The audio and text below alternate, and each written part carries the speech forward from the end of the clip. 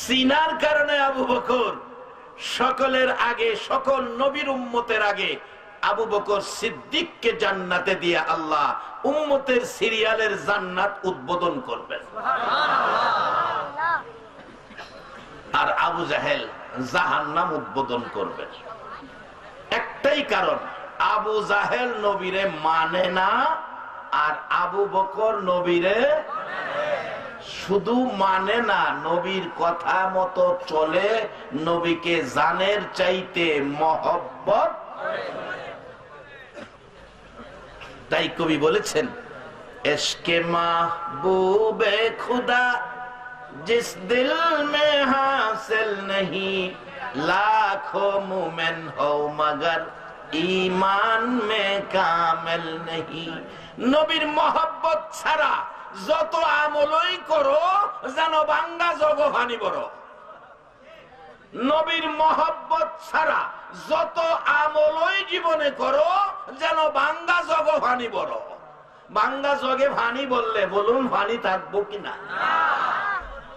পানি ছাড়া যদি 80 টাকা লিটারের দুধ বলেন, ভাঙ্গা জগ দুধ থাকবো কিনা বলেন? আমার নবী বলেন, রে সাহাবীরা বলো আমার বন্ধুদেরকে দেখছো কিনা? সাহাবায়ে কেরাম বলেন, হুজুর আপনার বন্ধু আমরা। রাসূল বলেন, তোমরা আমার বন্ধু না, তোমরা আমার সাহাবা, তোমরা আমার সঙ্গী। সাহাবা হলো সঙ্গী, বলো আমার বন্ধু কারা? সাহাবায়ে কেরাম বলেন, হুজুর আমরা যখন বন্ধু না, তাহলে আল্লাহর হাবিবের বন্ধু কারা? আল্লাহ এবং আল্লাহর হাবিব জানে, আমরা জানি না, আমরা জানি না। আমার নবী দুইটা চোখের পানি গো গাল বেয়ে ছাড়ে। সাহাবীরা ডাকে, হুজুর জবাব দিলেন না, কাঁদতেছেন কেন? আমার নবী ডাকেন, সাহাবীরা রে শুনো রে, আমি কেন কান্দি?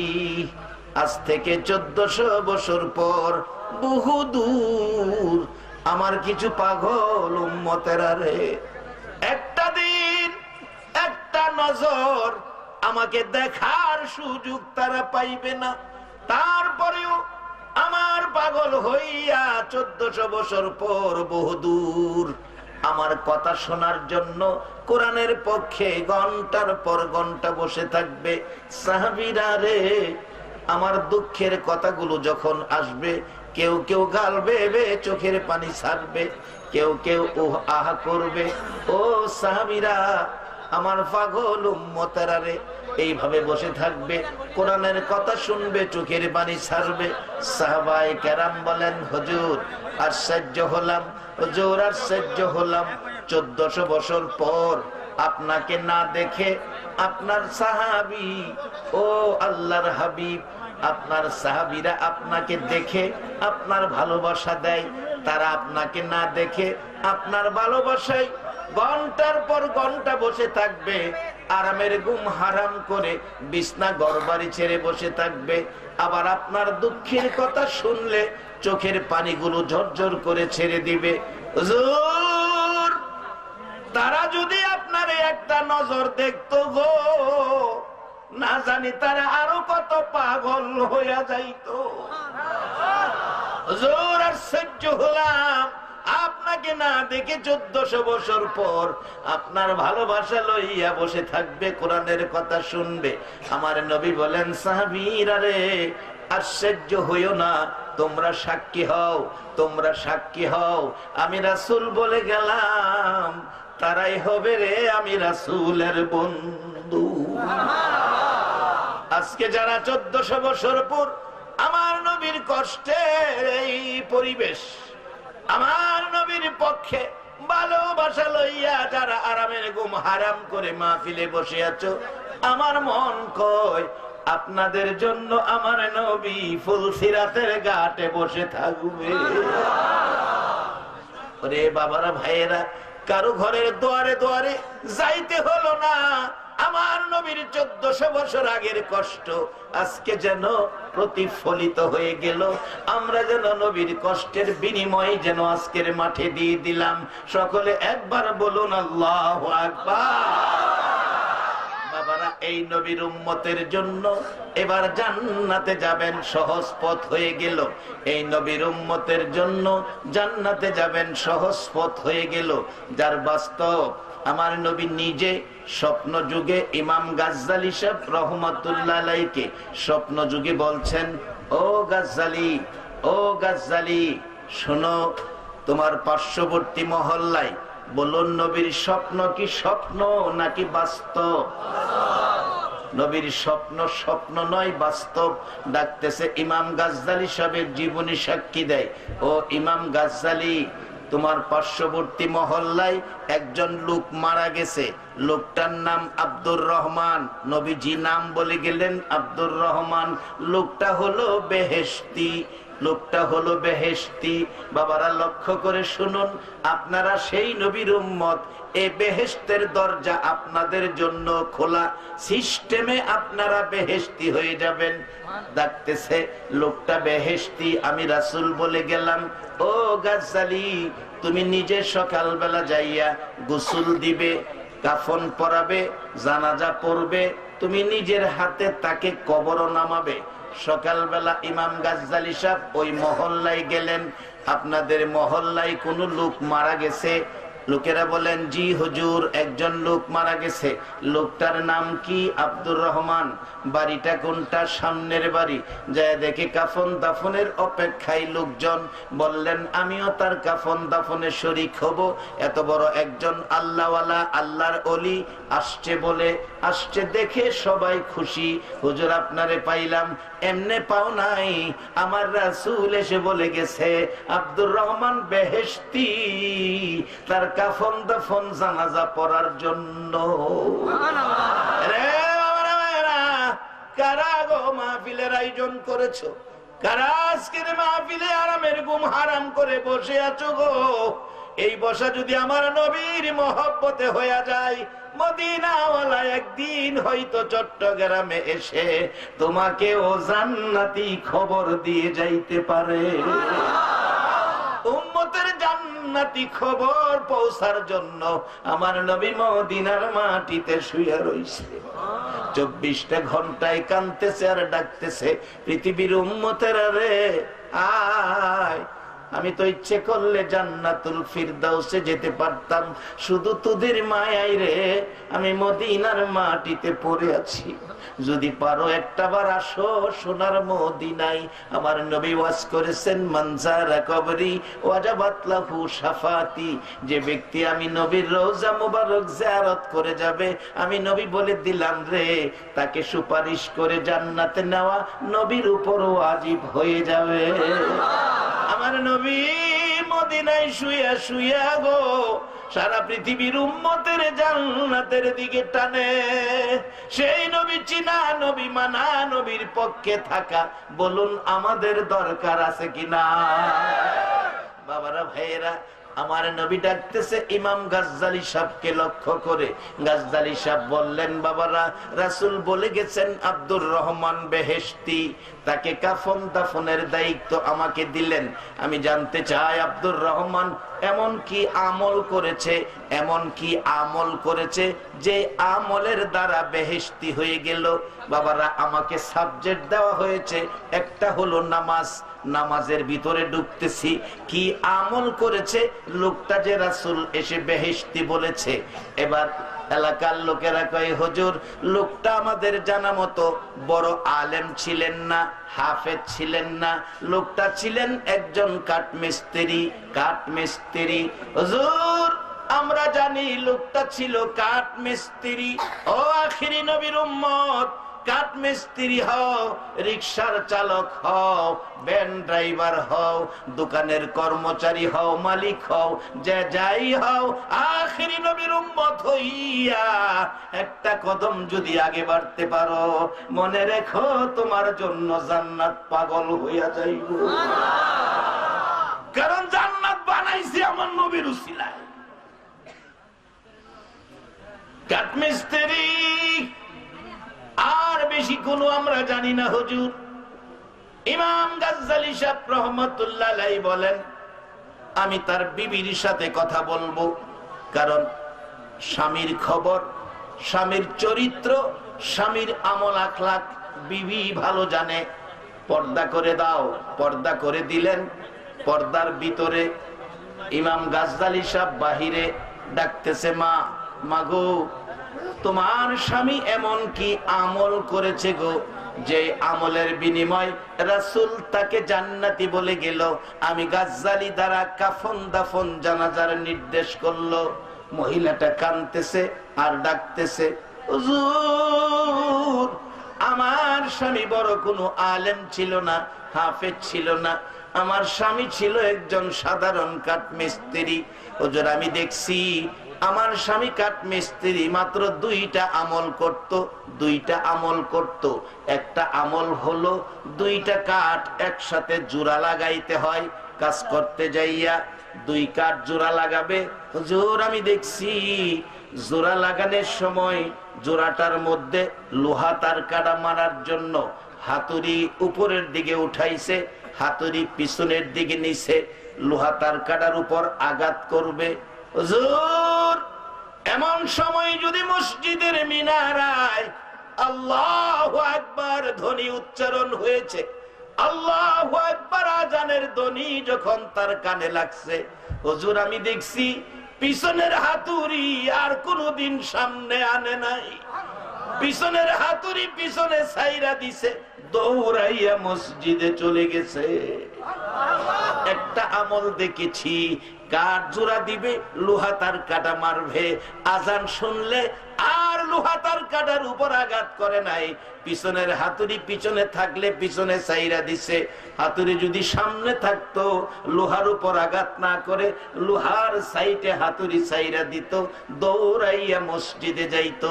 এই একটা আমল দেখেছি। আর একটা আমল কি, হুজুর, আপনার সামনে একটা কাঠের থাক দেখা যায়, এর মধ্যে একখান কোরআন শরীফ আছে। হুজুর, আমার স্বামী কাঠমিস্ত্রি, কোরআন পড়াও জানতো না, কিন্তু কোরআনের মহব্বত ছাড়তো না। হুজুর, আমার স্বামী এশারের নামাজ পড়ে গো ঘরের ভিতরে আইসা খানা দানা খাইতো না, বিছানায় শুইতো না, টান দিয়া ওই কোরআন শরীফ খান নামাইতো, বালিশের উপরে কোরআন শরীফ খান রাইখা হুজুর একটা একটা পৃষ্ঠা করে উল্টাইতো, কোরআন পড়া জানতো না। আমি দেখছি আমার স্বামী কোরআনের পাতা উঠায় আর এতিমের মতো চোখের পানি ছেড়ে ছেড়ে কান্দে। হুজুর, কোরআন পড়া জানে না, কোরআনের মহব্বত ছাড়ে না, কোরআনের লাইনের উপর আঙ্গুলটা ঘুরাইতো আর জর্জর করে চোখের পানি ফালাইতো। কোরআনের লাইনে আঙ্গুল ঘুরাইতো আর চোখের পানি ফালাইতো। এইভাবে দেখেছি 2-3 পারা কোরআনের লাইনের উপর আঙ্গুল না ঘুরাইয়া আমার স্বামী কোনোদিন ঘুমাইছে না। কোরআন পড়া জানতো না, লাইনের উপর আঙ্গুল ঘুরাইছে। এই দুইটা আমল আমার স্বামী করতে দেখেছি। আমার নবী এই দুইটা আমলের বিনিময় মদিনার নবী কাঠমিস্ত্রির বাড়িতে আইসা জান্নাতের খবর দিয়া যায়। নবীজির গোলামের, নবীজির আশেকের কোনো চিন্তা নাই। চলো নবীজির জান্নাতে মদিনাতে যাই, চলো নবীজির জান্নাতে মদিনাতে যাই। কে কে যাবে মদিনায়, মদিনাতে কান্দে নবী উম্মতের মায়া। কে কে যাবে মদিনা, মদিনাতে কান্দে নবী উম্মতের মায়া। দিন রজনী কান্দেন যিনি, দিন রজনী কান্দেন যিনি, শুয়ে রোয়া যায়। চলো নবীজির জান্নাতে মদিনাতে যাই, চলো নবীজির জান্নাতে মদিনাতে যাই। কঠিন হাসরের দিনে বেহেশতে যাবে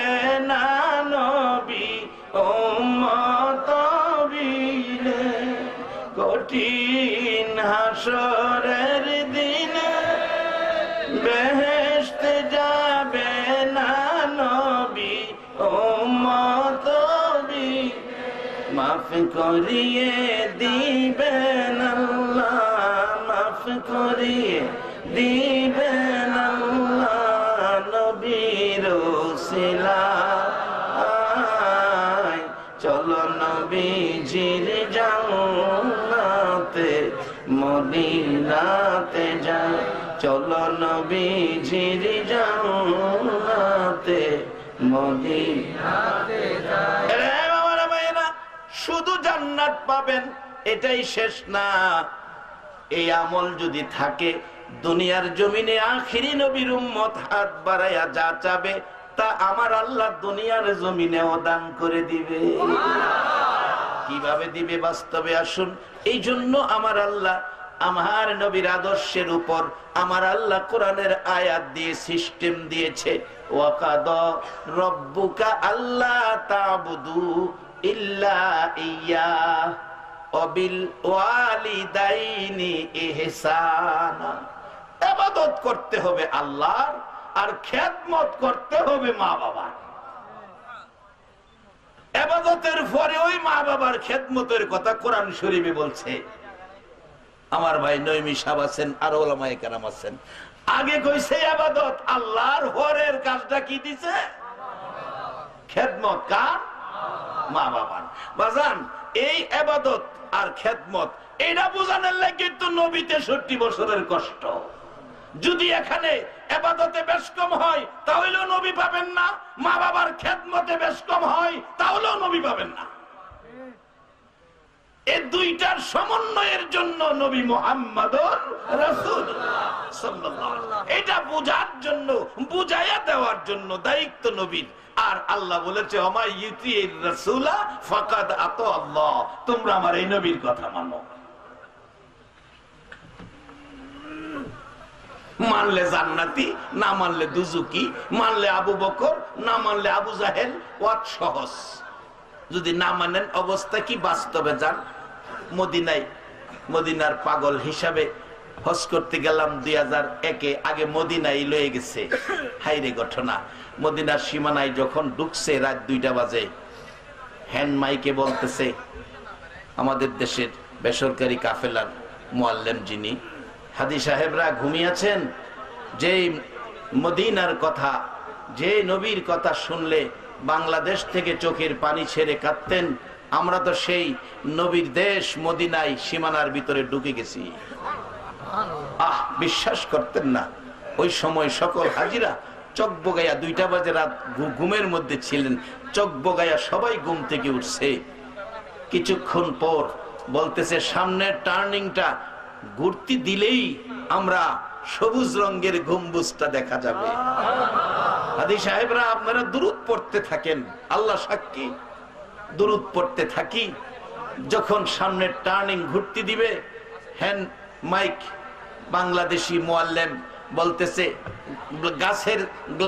বাসের গ্লাসগুলি বন্ধ করে দেন। আমি জিজ্ঞেস করলাম বাসের গ্লাস বন্ধ করলে আমরা দেখব কিভাবে সবুজ রঙের গম্বুজ? উনি বললেন হুজুর, অনেক যুবক আছে, অনেক আশেক আছে, অনেক পাগল আছে, নবীর সবুজ রঙের গম্বুজ দেখলে ইয়া রাসূলুল্লাহ বলে চাপ মেরে বাস থেকে পড়ে যায়। এই জন্য বলছি বন্ধ করে দেন। সেই মদিনায় যারা না গেছে, সেই মদিনার স্বাদ তারে বোঝানো যাবে না। আল্লাহ সকলকে এই মদিনা একটাবার দেখার তৌফিক দেখ সকলে। আমরা সেই নবীরে মানতে চাই, সেই নবীর মহব্বত করে চলতে চাই, সেই নবীর আদর্শ নিয়ে আমরা চলতে চাই, সেই নবীর পক্ষে আমরা থাকতে চাই। রাজি আছেন কি? এই নবীর পক্ষে থাকবে যারা, আল্লাহ পাবে তারা। আল্লাহ পাবে যারা, জান্নাতি হবে তারা। বাজান আমার সাবজেক্ট 2টা, একটা হলো নামাজ আর একটা মা বাবা।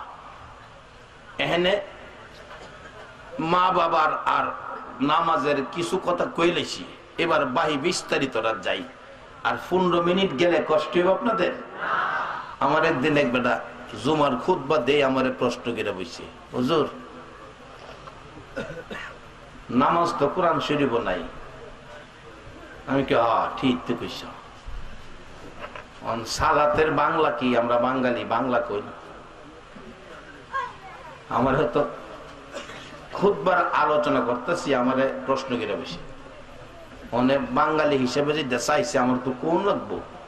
আমি কইলাম বাজান সালাতের বাংলা হইল স্মরণ। স্মরণ আজকে আপনারা বসে রয়েছেন আল্লাহ আল্লাহ রাসুলের স্মরণৈত্য। এটা গেলাম কম মনে করেন। হাসর যদি আর কিছুই কাজে না লাগে এটাই ধাক্কায় নিব। হাসরের দিন ও আখেরি নবীর উম্মত, ও শেষ যুগের উম্মত, আরামের ঘুম হারাম করে মাহফিলে বসে আছো নবীর মহব্বতের মালাটা গলায় লইয়া। যদি তোমার 70 বছরের আমল হাসরের মাঠে আমার আল্লাহর মায়ার কৌটে যদি কবুল না হয়, এই মাহফিলটা ধাক্কাইয়া তোমার বার পেরা দিব।